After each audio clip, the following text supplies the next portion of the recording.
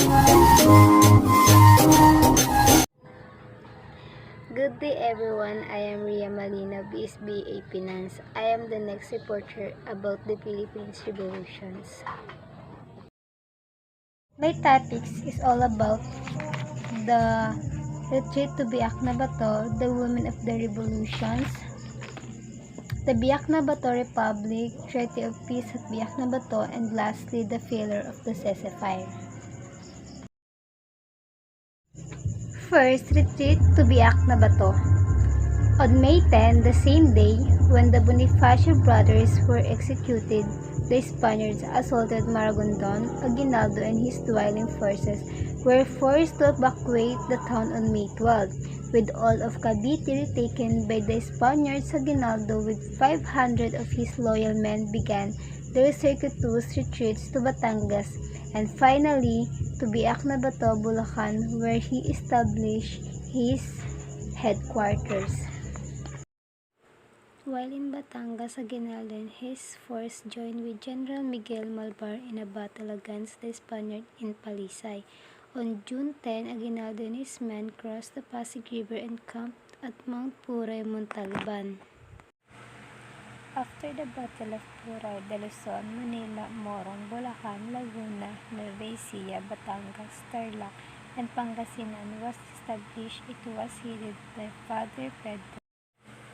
Next, the women of the revolution. Aside from the earlier women, Gregoria de Jesus, the Rizal sisters and nieces, and the wives of the prominent Katipuneros who helped in the initial organization of the society, there later emerged Filipino women nurses and women generous, who directly or indirectly participated in the military operation after the outbreak of the revolution agenda.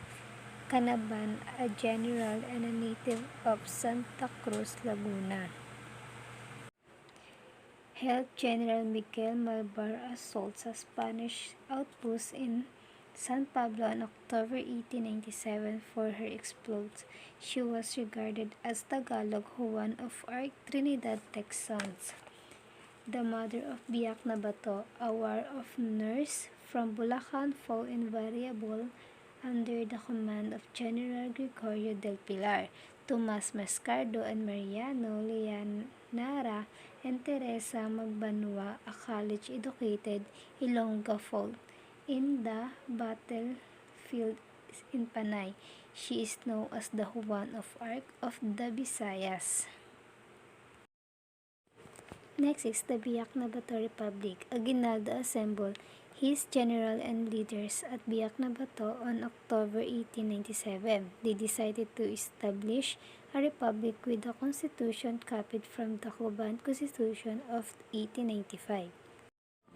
The officers of the republic were President Emilio Aguinaldo, Vice President Mariano Chaya, Secretary of Foreign Affairs Antonio Montenegro, Secretary of Interior Isabelo Artacio, Secretary of War Emilio Riego de Jesus, and also Secretary of Treasury Baldomero Aguinaldo.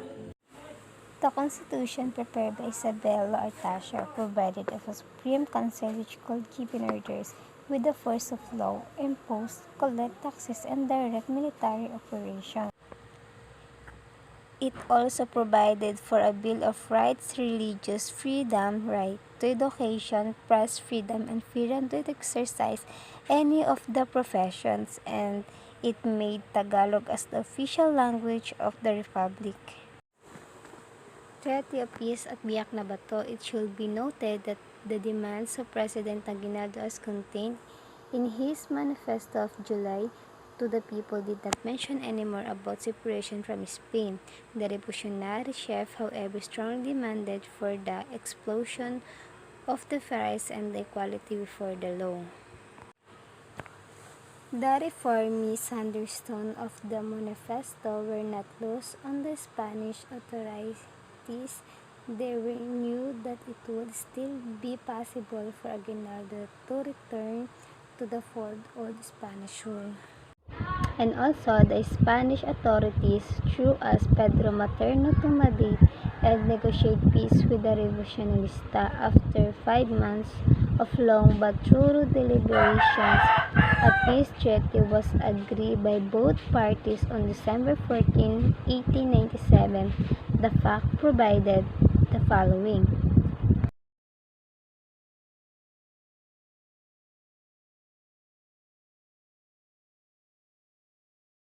Pang-una, that Aguinaldo was free live in Hong Kong with companions who might willing to follow him. Pangalawa, that Aguinaldo be paid 800,000 indemnity in the payment 400,000 receipt of all the arms. These were in biyak na bato, 200,000 pesos when the number of arms surrendered reached 800 to 200,000 pesos when all arms surrendered completed to 1,000 arms. Pangatlo, that Governor Primo de Rivera should that Aguinaldo, two generals of the Spanish army, who should remain hostage until Aguinaldo and company reach Hong Kong, and the first payment of 400,000 indemnity should be received. Pang-apat, that Governor General Primo de Rivera should pay the additional sum of 900,000 pesos to the families of non-combatant Filipinos who suffered during the war. The failure of the ceasefire. Both parties to the truce violated its term and conditions. Out of the total 1,700,000 war indemnity, on 600,000 was actually paid. 400,000 pesos was given as the first payment to Aguinaldo, and 200,000 pesos was distributed among the Filipino leaders in the Philippines. In this memoir, Aguinaldo claimed that they surrendered the 1,000 arms as stipulated by the pact, but the Spaniards did not pay the total amount, 800,000 pesos, as agreed. And also many Filipinos who surrendered their arms were still arrested and imprisoned. The Spaniards never complied with their amnesty proclamation.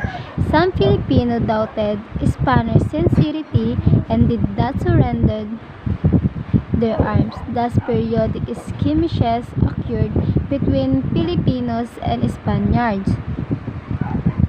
These sporadic clashes continue until the return of Aguinaldo from his voluntary exile in Hong Kong.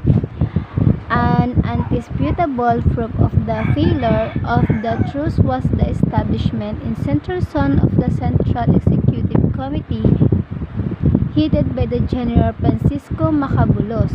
This rebuilt government had a constitution which provided for a president, vice president, and 3 secretaries for War, Interior, and Treasury.